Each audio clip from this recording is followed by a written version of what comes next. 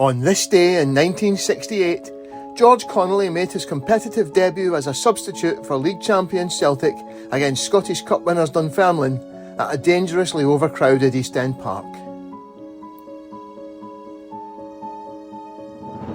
The title race of season 1967-68 was one of the most tense in living memory, with Rangers undefeated going into their final match and Celtic's only defeat coming in a 1-0 loss at Ibrox in September 1967.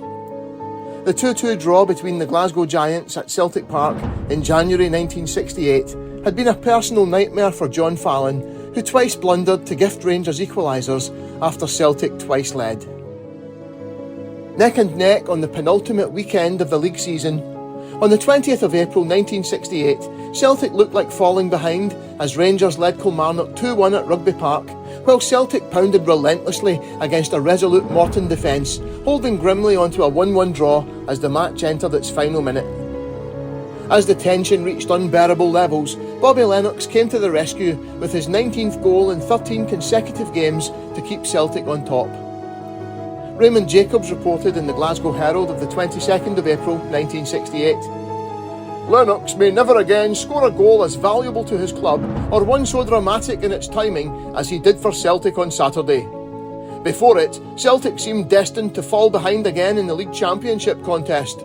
Afterwards, all that remained was to go through the motions of restarting the game before the referee closed the proceedings. Small wonder Mr. Jockstein shot from the dugout like a cork to congratulate the scorer, who was already under siege by his colleagues. Small wonder the crowd of 51,000 erupted. European Cup football, with all that means, is now only a game away from returning to Celtic Park for the third successive season. With one match each to play, Celtic and Rangers were tied on 61 points, but Celtic's goal average of 4.52 was vastly superior to Rangers' 2.94. If both won their final matches, Rangers would need to score around 50 goals and concede none to better Celtic's goal average. Celtic were effectively a point ahead. The drama was taken out of the situation the following weekend by the rescheduling of Celtic's final match due to their opponents Dunfermline having the Scottish Cup final to play against Hearts. While Celtic had the weekend off, Rangers slumped to their first and only defeat of the campaign after twice holding the lead, going down 3-2 to Aberdeen at Ibrox. So without kicking a ball, Celtic were crowned champions for the third successive year, setting up a night of celebration in midweek against Dunfermline, who beat Hearts 3-1 at Hampden to win the Scottish Cup for the second time that decade. Dunfermline manager George Farm was quoted by Peter Hendry in the Evening Times of the 29th of April 1968. "We attach great importance to tomorrow's game, the first time the Scottish season has ended with a game between the Scottish Cup winners and the League Champions. We anticipate a splendid game and we will be disappointed if our terracings and stands are not full." In the end, Farm got a lot more than he bargained for. At officially 30,000, it was a new record attendance at East End Park, but no one will ever know exactly how many people were in the ground. Police estimated 50,000 had travelled through from the west, with possibly 20,000 fans locked outside 15 minutes before kick-off.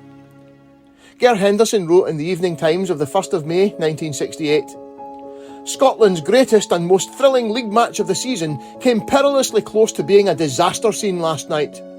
How dozens of fans in the grossly overcrowded East End Park escaped death from trampling, crushing or falling from the roofs of the enclosure is a mystery. As Dunfermline Athletic, Scottish Cup winners, and Celtic, Scottish League champions, put on a finale of brilliant and magnificently exciting football, the scenes around the arena were truly terrifying." The Celtic fans in the huge crowd gave Dunfermline a great ovation as they paraded the Scottish Cup, and the Glasgow Herald of the 1st of May reported the atmosphere was one of accord and goodwill in abundance, as Celtic lined up Simpson, Craig, Gemmell, Murdoch, McNeil, Brogan, Johnston, Lennox, Wallace, Gallagher, Hughes, sub Connelly. The first stoppage occurred after only around 5 minutes of play, and the Glasgow Herald blamed a section of locked-out Celtic fans.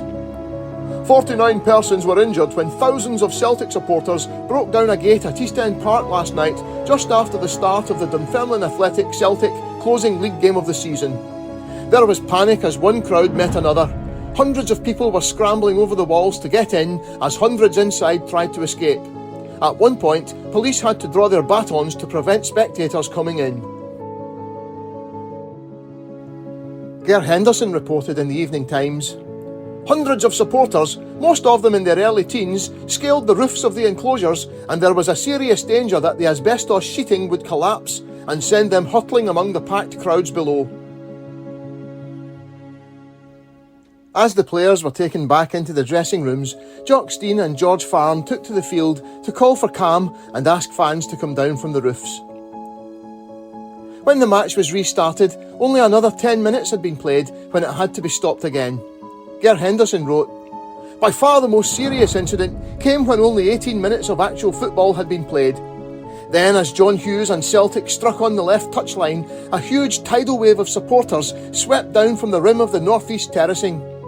Two tubular steel crush barriers gave way, and men, women, boys and girls tumbled headlong to the ground and were engulfed by the avalanche of human bodies behind them." There's some confusion as to when the break-in at the gates happened, with Henderson stating it was at this point it occurred, causing the fans to spill out of the terracing. The referee took the players off the pitch, and the centre of the stand was turned into a casualty clearing station, with 2 local doctors on hand to assess the injured. After another 10 minutes delay to tend to the injured, with Celtic trainer Neil Mochan pitching in, and to allow fans onto the track all around the pitch, the match was allowed to continue, and this time was played to a finish without any more stoppages. While Celtic had all the possession and pressure, Dunfermline were still dangerous on the break, and the Aberdeen Press and Journal of the 1st of May picked out future Celtic player Tom Callaghan for praise. "The Fifers' goal was taking a hammering. Tom Callaghan was having an outstanding game for Dunfermline and built up many attacks, as well as helping to ease the pressure on Martin's goal." It was Dunfermline who scored first to take a 1-0 lead into the interval, Ger Henderson writing, "Gardner set a game that was already well alight, ablaze with a shot of tremendous power in the 27th minute, and a goal that did far less than justice to all the previous Celtic attacks." 2 minutes into the second half, Celtic levelled through Bobby Lennox, who capitalised on a mishit clearance by Willie Callaghan to roll the ball into the net.